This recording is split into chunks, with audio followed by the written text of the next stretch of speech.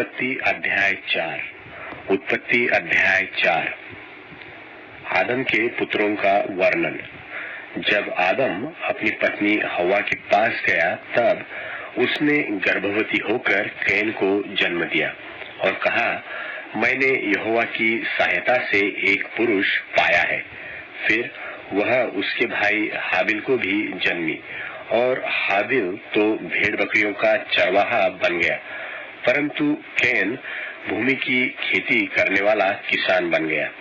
कुछ दिनों के पश्चात कैन यहोवा के पास भूमि की उपज में से कुछ भेंट ले आया और हाबिल भी अपनी भेड़ बकरियों के कई एक पहलौठे बच्चे भेंट चढ़ाने के लिए ले आया और उनकी चर्बी भेंट चढ़ाई। तब यहोवा ने हाबिल और उसकी भेंट को तो ग्रहण किया, परंतु कैन और उसकी भेंट को उसने ग्रहण न किया। तब कैन अति क्रोधित हुआ और उसके मुंह पर उदासी छा गई। तब यहोवा ने कैन से कहा, तू क्यों क्रोधित हुआ और तेरे मुंह पर उदासी क्यों छा गई है? यदि तू भला करे तो क्या तेरी भेंट ग्रहण न की जाएगी, और यदि तू भला न करे तो पाप द्वारा पर छिपा रहता है और उसकी लालसा तेरी ओर होगी और तू उस पर प्रभुता करेगा।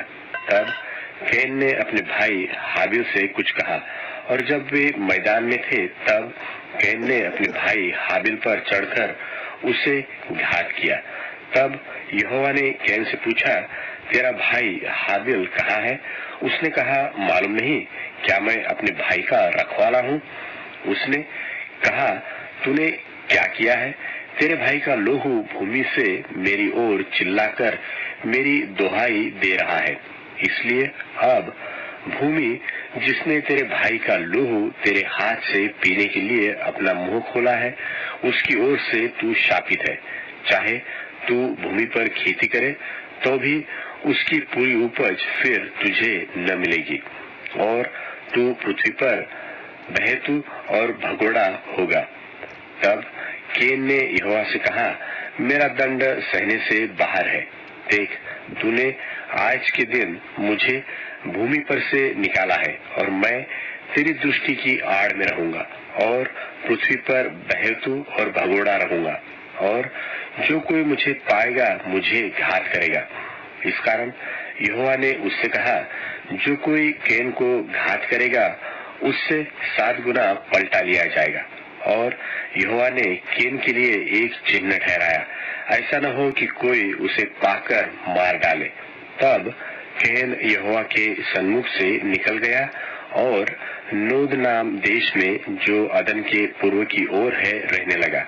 जब कैन अपनी पत्नी के पास गया तब वह गर्भवती हुई और हनोक को जन्मी। फिर कैन ने एक नगर बसाया और उस नगर का नाम अपने पुत्र के नाम पर हनोक रखा। और हनोक से इराद उत्पन्न हुआ और इराद ने महुयायल को जन्म दिया और महुयायल ने मतुशायल को और मतुशायल ने लेमेक को जन्म दिया। और लेमेक ने 2 स्त्रियां ब्याह ली, जिनमें से एक का नाम आदा और दूसरी का सिल्ला है, और आदा ने याबाल को जन्म दिया। तब तंबुओं में रहना और जानवरों का पालन, इन दोनों रीतियों का वह उत्पादक हुआ। और उसके भाई का नाम युबाल है। वह वीणा और बांसुरी आदि बाजों के बजाने की सारी रीति का उत्पादक हुआ। और सिल्ला ने भी तुबल के नाम एक पुत्र को जन्म दिया। वह पीतल और लोहे के सब धार वाले हथियारों का गढ़ने वाला हुआ। और तुबेलकेन की बहन का नाम नामात था। और लेमेक ने अपनी पत्नियों से कहा, हे आदा और हे सिल्ला, मेरी सुनो। हे लेमेक की पत्नियों, मेरी बात पर कान लगाओ। मैंने एक पुरुष को जो मेरे चोट लगाता था, अर्थात एक जवान को जो मुझे घायल करता था, घात किया है। जब कैन का पलटा 7 गुना लिया जाएगा तो लेमेक का 70 गुना लिया जाएगा। और आदम अपनी पत्नी के पास फिर गया और उसने एक पुत्र को जन्म दिया और उसका नाम यह कह के शेत रखा कि परमेश्वर ने मेरे लिए हाबिल की संति जिसको केन ने घात किया एक और वंश ठहरा दिया है। और शेत के भी एक पुत्र उत्पन्न हुआ और उसने उसका नाम एनोश रखा। उसी समय से लोग यहोवा से प्रार्थना करने लगे।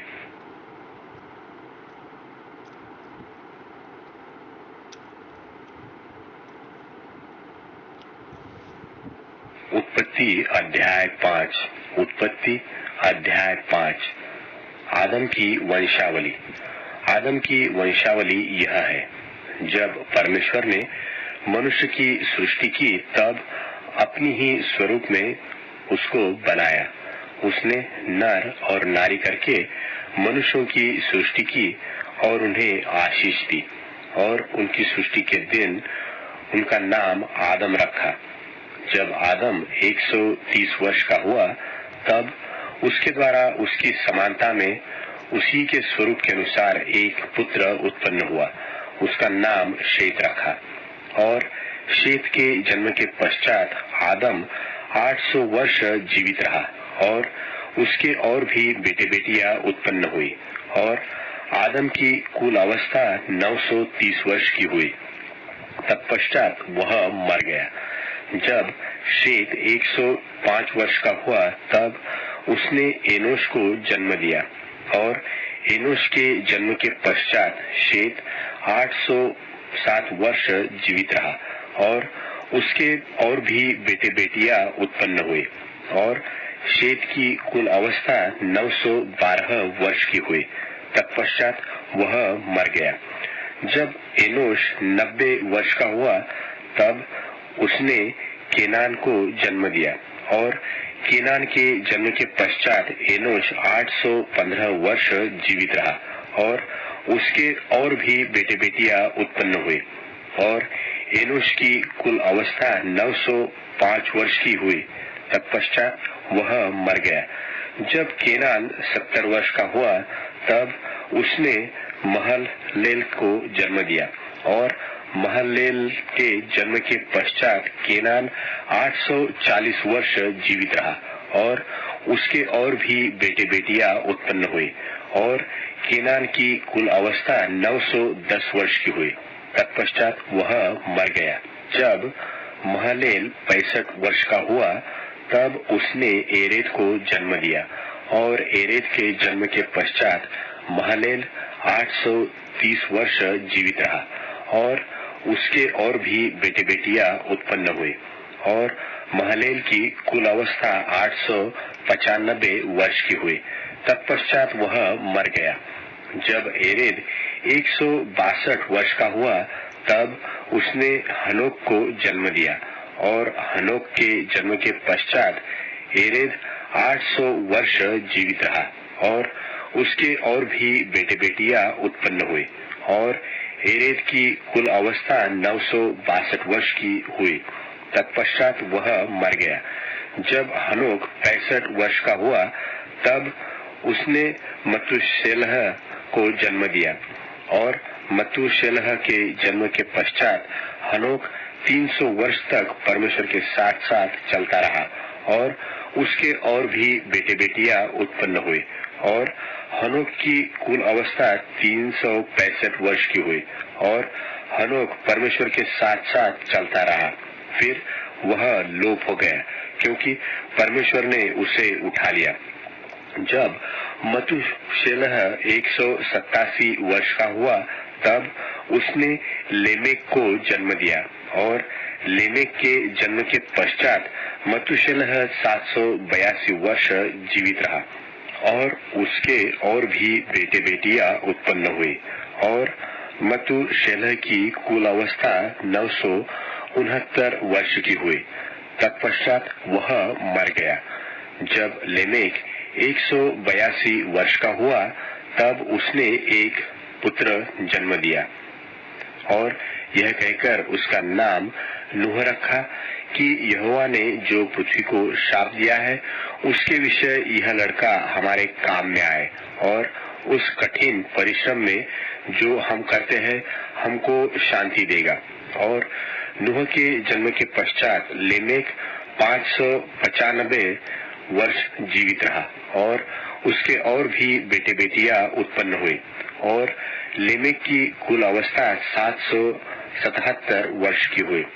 तत्पश्चात वह मर गया और नूह 500 वर्ष का हुआ और नूह ने शेम और हाम और येपेत को जन्म दिया।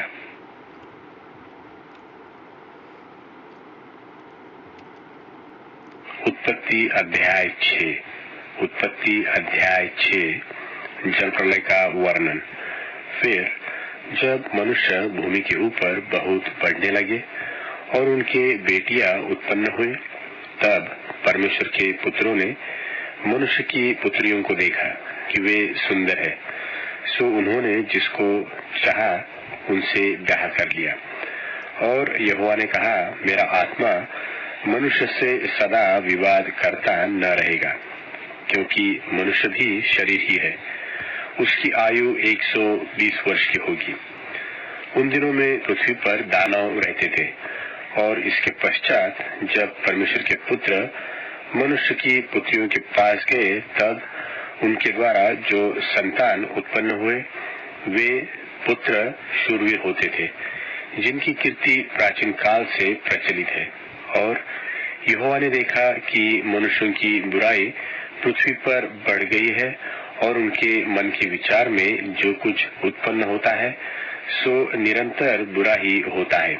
और यहोवा पृथ्वी पर मनुष्यों को बनाने से पछताया और वह मन में अति खेदित हुआ। तब यहोवा ने सोचा कि मैं मनुष्यों को जिसकी मैंने सृष्टि की है पृथ्वी के ऊपर से मिटा दूंगा। क्या मनुष्य, क्या पशु, क्या रेंगने वाले जंतु, क्या आकाश के पक्षी, सबको मिटा दूंगा, क्योंकि मैं उनके बनाने से पछताता हूँ। परंतु यहोवा की अनुग्रह की दृष्टि नूह पर बनी रही। नूह की वंशावली यह है। नूह धर्मी पुरुष और अपने समय के लोगों में खरा था और नूह परमेश्वरी के साथ साथ चलता रहा। और नूह से शेम और हाम और येपेत नाम 3 पुत्र उत्पन्न हुए। उस समय पृथ्वी परमेश्वर की दृष्टि में बिगड़ गई थी और उपद्रव से भर गई थी। और परमेश्वर ने पृथ्वी पर जो दृष्टि की तो क्या देखा कि वह बिगड़ी हुई है, क्योंकि सब प्राणियों ने पृथ्वी पर अपनी अपनी चाल चलन बिगाड़ ली थी। तब परमेश्वर ने नूह से कहा, सब प्राणियों के अंत करने का प्रश्न मेरे सामने आ गया है, क्योंकि उनके कारण पृथ्वी उपद्रव से भर गई है।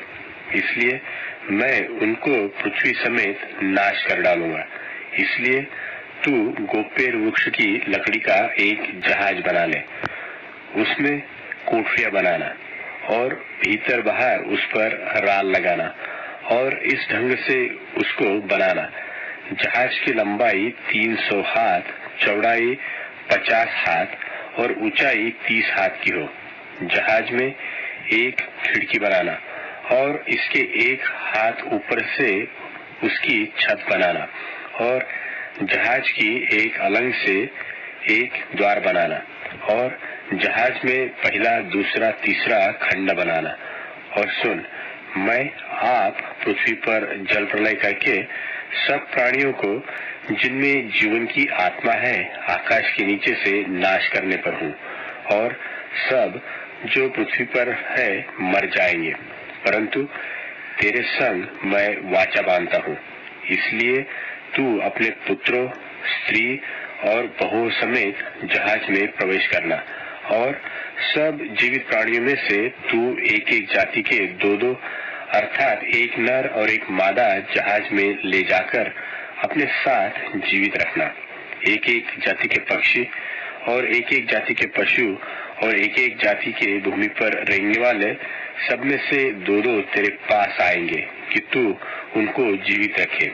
और भांति भांति का भोज्य पदार्थ जो खाया जाता है उनको तू लेकर अपने पास इकट्ठा कर रखना, सो तेरे और उनके भोजन के लिए होगा। परमेश्वर की इस आज्ञा के अनुसार नूह ने किया।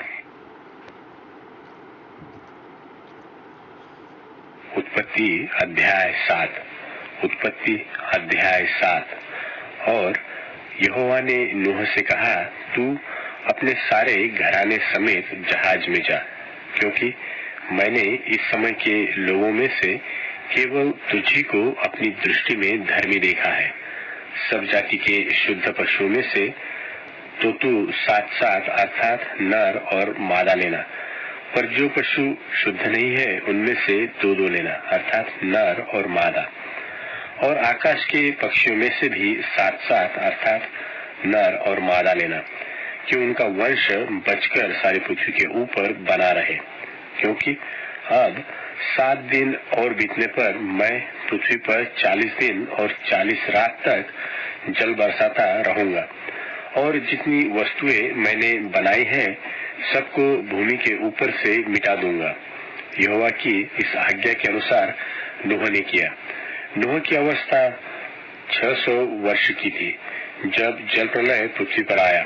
नूह अपने पुत्रों, पत्नी और बहुओं समेत जल प्रलय से बचने के लिए जहाज में गया, और शुद्ध और अशुद्ध दोनों प्रकार के पशुओं में से, पक्षियों और भूमि पर रेंगने वालों में से भी 2-2 अर्थात नर और मादा जहाज में नूह के पास गए, जिस प्रकार परमेश्वर ने नूह को आज्ञा दी थी।